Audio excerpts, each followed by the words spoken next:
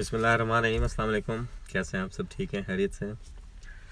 اچھا، آج کا جو ٹاپک ہے ہمارا، اس سے آنے سے پہلے چینل اگر سبسکرائب نہیں کیا تو آپ اس کو سبسکرائب کر دیں۔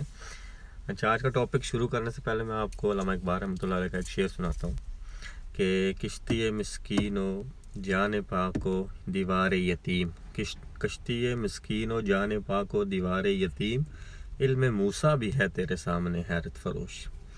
اچھا، اس کا پس منظر بیسیکلی سورہ کہف میں جو واقعہ بیان ہوا ہے حضرت موسیٰ علیہ السلام کا اور حضرت خضر علیہ السلام کا، یہ بیسیکلی یہ شعر جو ہے اس پس منظر کی جو اس کے پس منظر میں علامہ صاحب نے لکھا تھا۔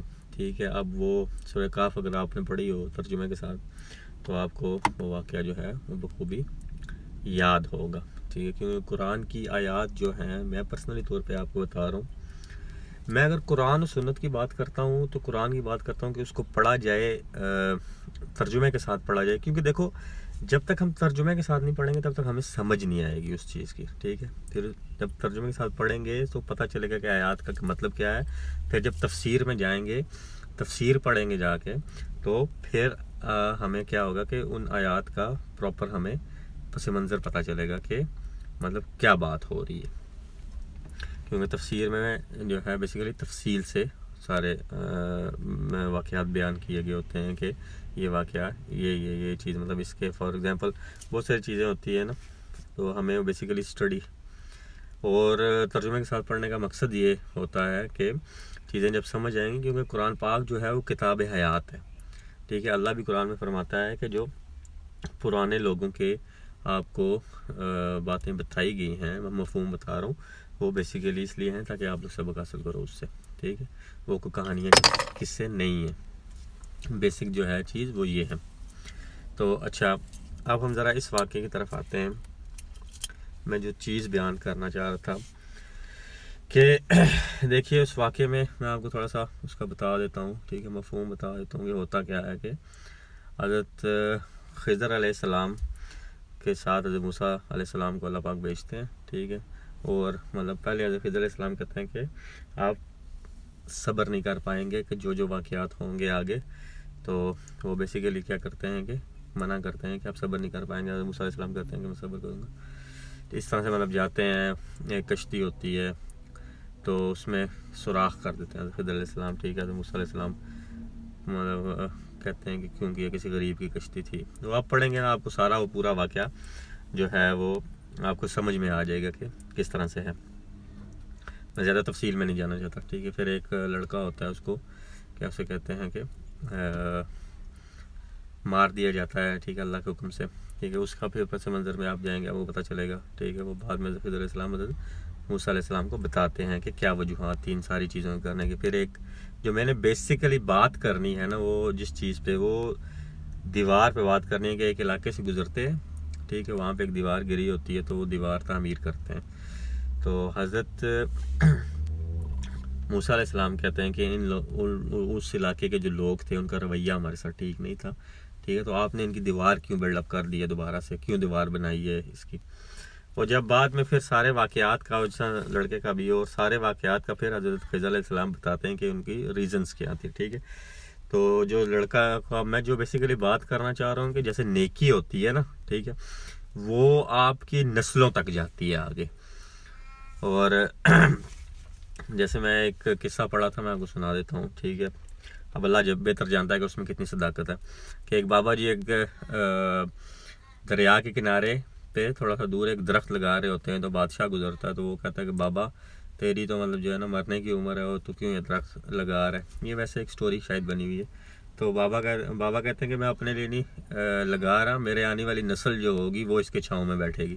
تو نیکی بھی بیسیکلی آپ کہہ لیں کہ وہ چھاؤں ہے جس میں آپ کی آنے والی نسلیں بیٹھتی ہیں۔ ٹھیک ہے، اور وہ بیسیکلی مستفید ہوتی ہیں ان چیزوں سے، جو آپ نے پھل لگائے ہوتے ہیں۔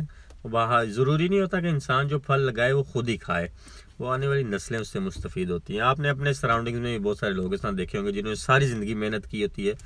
میں پیسے کے حوالے سے بات کرتا ہوں، پیسہ کمانے میں ساری زندگی محنت کی ہوتی ہے، فیکٹریاں کھڑی کی ہوتی ہیں، ٹھیک ہے، سارا کچھ کیا ہوتا ہے، اور خود اتنا کھانا ان کو نصیب نہیں ہوتا۔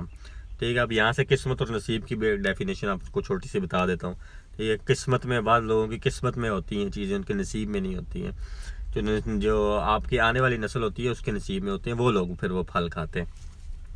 اسی طرح سے نیک ہونے کا بھی جو ہے نا یہ فارمولہ اپلائی ہوتا ہے کہ اگر آپ اللہ کی یاد میں مشغول رہتے ہو، اس کا ذکر کرتے رہتے ہو، ٹھیک ہے، اس کے قریب ہونے کی کوشش کرتے ہو، آپ کو اللہ کا قرب حاصل ہوتا ہے، ٹھیک ہے، تو وہ چیز آپ کی نسلوں تک جاتی ہے آگے.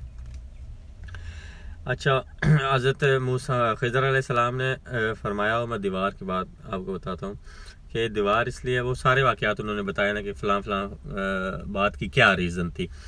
تو اب چونکہ میرا ٹاپک جو ہے بیسیکلی اس کا ہے وہ جو دیوار والا واقعہ تھا. حضرت خضر علیہ السلام فرمایا کہ یہ یتیم بچوں کی جگہ ہے اور اس کے نیچے ان کا خزانہ دبا ہوا ہے. ٹھیک ہے. تو اور ان کا جو تھا باپ جو تھا وہ بہت نیک تھا. بعض علماء کا یہ ماننا ہے، بلکہ بہت سارے علماء کا یہ ماننا ہے کہ باپ بھی نہیں بلکہ پیچھے آباء و اجداد میں سے کوئی نیک انسان گزرا تھا، بہت زیادہ نیک انسان گزرا تھا. تو آپ یہ چیز دیکھیں، جس طرح سے علماء اس چیز کو کہتے ہیں کہ آباء و اجداد میں سے، چلو باپ بھی اگر ہو یا آباء و اجداد میں سے بھی ہو، تو کس طرح سے اس چیز کا صلہ ملتا ہے کہ وہ نیک تھا تو اس کے آگے سے نسل میں آنے والے لوگوں کو کی چیزوں کو بھی پروٹیکٹ کیا جا رہا ہے. تو اس لیے میں ہمیشہ یہ چیز کرتا ہوں کہ یہ چیزیں نسلوں تک جاتی ہے. نیک ہونا، آپ دیکھو نیک ہونے کی لوگ اکثر اپنی اپنی ڈیفینیشنز بنا لیتے ہیں. ٹھیک ہے، کہ ضروری نہیں ہے ہم لوگ چلے کاٹیں، ٹھیک ہے، اور ترک دنیا کریں تو تبھی ہم نیک ہوں گے. اپنی زندگی کے معاملات کے ساتھ ساتھ آپ جو ہے نا اللہ کے ساتھ اپنی زندگی کے معاملات ساتھ چلاتے رہو گے نا، ٹھیک ہے، تو وہ بھی ایک نیک ہونے کے زمرے میں آتی ہے چیز. کہ آپ فار ایگزامپل اگر حلال روزی کھاتے ہو، کماتے ہو، اپنے بچوں کو حلال روزی کھلاتے ہو، ٹھیک ہے، آپ سے جتنا بن پڑتا ہے آپ عوام کی خدمت کرتے ہو، ٹھیک ہے، اللہ کی مخلوق کی خدمت کرتے ہو، کسی کو کھانا کھلاتے ہو. میں کوالٹیز بتا رہا ہوں، ٹھیک ہے. تو یہ کوالٹیز بھی آتی ہے، ان کا بھی اجر آگے ملتا ہے. انسان کو ملتا ہے، اس کی نسلوں کو ملتا ہے ان چیزوں کا اجر. نبی پاک صلی اللہ علیہ وسلم سے پوچھا گیا کہ یا رسول اللہ صلی اللہ علیہ وسلم کہ اسلام میں سب سے افضل کیا ہے؟ تو آپ صلی اللہ علیہ وسلم نے فرمایا کہ اسلام میں سب سے افضل کھانا کھلانا ہے. ٹھیک ہے. دیکھو کیسے ڈسٹریبیوشن ہوتی ہے بیسیکلی، کہ اللہ نے اگر ہمیں کچھ دیا ہوا ہے، اگر ہمیں مال و دولت سے نوازا ہے، تو وہ صرف ہمارا نہیں ہے. اس چیز کو ذہن میں ہمیشہ رکھنا چاہیے. میں پہلے بھی شاید یہ بات بتائی ہے ویڈیو کے اندر کہ ہمارے ماموں جان ہیں ایک، تو ان سے اکثر فون پہ بات ہوتی ہے تو وہ کہتے ہیں کہ بیٹا تم لوگوں کی کمائی میں میرا حصہ بھی ہے. ایک دفعہ اس طرح سے بات ہوا تو میں نے کہا ماموں کیسی بات کر رہے ہیں؟ تو میں نے کہا وہ کس طرح ماموں جان؟ تو کہنے لگے کہ جو آپ لوگ پیسے لگا کے موبائل میں کارڈ ریچارج کر کے بیلنس ڈال کر آپ مجھے کریڈٹ ڈال کر اس کے اندر تو مجھے کال کرتے ہو، یہ میرا حصہ ہے. تو اسی طرح سے ہماری کمائی کے اندر ہر کسی کا حصہ موجود ہوتا ہے، وہ صرف ہمارے لیے نہیں ہوتا. اسی طرح کمائی ہو گئی یا جتنی چیزیں ہماری لائف میں ہوتی ہیں ان میں حصہ ہوتا ہے، ضرور ہمارے ساتھ جڑے ہوئے لوگوں کا حصہ ہوتا ہے، اللہ کی مخلوق کا حصہ ہوتا ہے. اب ضروری نہیں ہے کہ کروڑ پتی انسان ہو تو تبھی انسان کی اس کمائی میں حصہ ہوگا باقیوں کا. وہ ایک بڑی خوبصورت میں نے بات پڑھی تھی کہ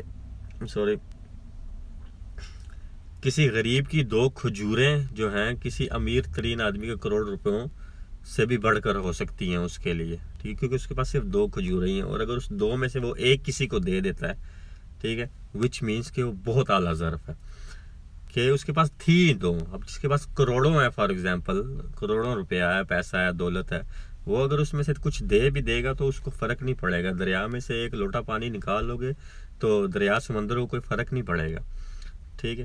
لیکن اب آپ یہ چیز آبزرو کریں کہ میں یہ چیز آپ کو سمجھانے کی کوشش کر رہا ہوں کہ آپ کے پاس جتنا بھی ہے اس میں سے کچھ نہ کچھ اگر آپ دے سکتے ہیں تو آپ ضرور دیا کریں. اور نیکیاں جو ہوتی ہیں یا جو خدمت خلق ہوتی ہے یہ نسلوں تک ٹریول کرتی ہے، چین ہوتی ہے. یاد رکھیے گا ہمیشہ کہ یہ بیسیکلی ایک چین ہوتی ہے کہ اللہ اجر دیتا ہے، آپ کی آنے والی نسلوں کو اللہ اجر دیتا ہے، آپ کی آنے والی نسلوں میں اللہ پھر نیک لوگ پیدا فرماتا ہے. اب دیکھو ہر کسی کی خواہش ہوتی ہے نا، جیسے کہ فار ایگزامپل والدین ہوتے ہیں، ہر انسان کی خواہش ہوتی ہے جانا تو ہے اس دنیا سے کہ ہم جو ابدی زندگی ہے اس میں بھی اکٹھے ہوں سارے. تو بیسیکلی بات کرنے کا مقصد کیا تھا کہ جیسے وہ دیوار اس لیے تعمیر کی گئی کہ اس کے نیچے ان بچوں کا خزانہ موجود تھا جن کا باپ یا ان کے آباء و اجداد میں سے کوئی نیک آدمی گزرا تھا. تو بیسیکلی قرآن بہت کچھ سکھاتا ہے انسان کو. کتاب زندگی ہے یہ, ہمیں سیکھنے کے. ہم لوگ ساری زندگی دنیا جہان کی کتابیں پڑھتے رہتے ہیں, موٹیویشنل سپیکرز کو سنتے رہتے ہیں اپنی زندگی کو بہتر بنانے کے لیے. ٹھیک ہے, ہم لوگ آپ کہہ لیں کلاسز لیتے ہیں اس کو اپنے آپ کو بہتر کرنے کے لیے, سوسائٹی میں اٹھنے بیٹھنے کے لیے, جبکہ ہمارے پاس کتاب حکیم موجود ہے اور ہم اس کو پڑھنا گوارا نہیں کرتے. اللہ ہم سب کو معاف فرمائے. قرآن پڑھو یار. قرآن ایز آپ کہہ لو کہ گائیڈ بک پڑھو نا, ہمارے لیے رہنمائی ہے نا اس میں. اس کو آپ ایز اس طرح سے ٹریٹ کرو نا کہ اس میں پڑھوں گا, ٹھیک ہے, مجھے سیکھنے کے لیے ملے گا. اور کبھی ہو ہی نہیں سکتا کہ آپ کو کچھ سیکھنے کے لیے نہ ملے. بات غور و فکر کی ہے, اور غور و فکر جو کہ اللہ نے بھی حکم دیا ہے, ٹھیک ہے, اور اللہ کو وہ لوگ بڑے پسند ہے جو غور و فکر کرتے ہیں زمین و آسمان پہ, کائنات پہ غور و فکر کرتے ہیں. اور جب آپ قرآن پڑھیں گے تو آپ زیادہ غور و فکر کریں گے اس پوری دنیا پہ, ٹھیک ہے, اپنی زندگی کے معاملات پہ, لوگوں پہ. اللہ پردے اٹھاتا ہے پھر ہر چیز کے. پھر انسان, ہم لوگ ترجمے سے اگر پڑھنا شروع کریں پھر ہمارے اندر آٹومیٹیکلی انٹرسٹ بلڈ اپ ہوتا ہے کہ ہم تفسیر پڑھیں اس کی. ٹھیک ہے, میں ہمیشہ جو قرآن کی آیات کوٹ کرتا ہوں یا قرآن کی بات کرتا ہوں تو ہمیشہ میں اس کو اس جو دنیاوی زندگی ہے اس سے ریلیٹ کرتا ہوں.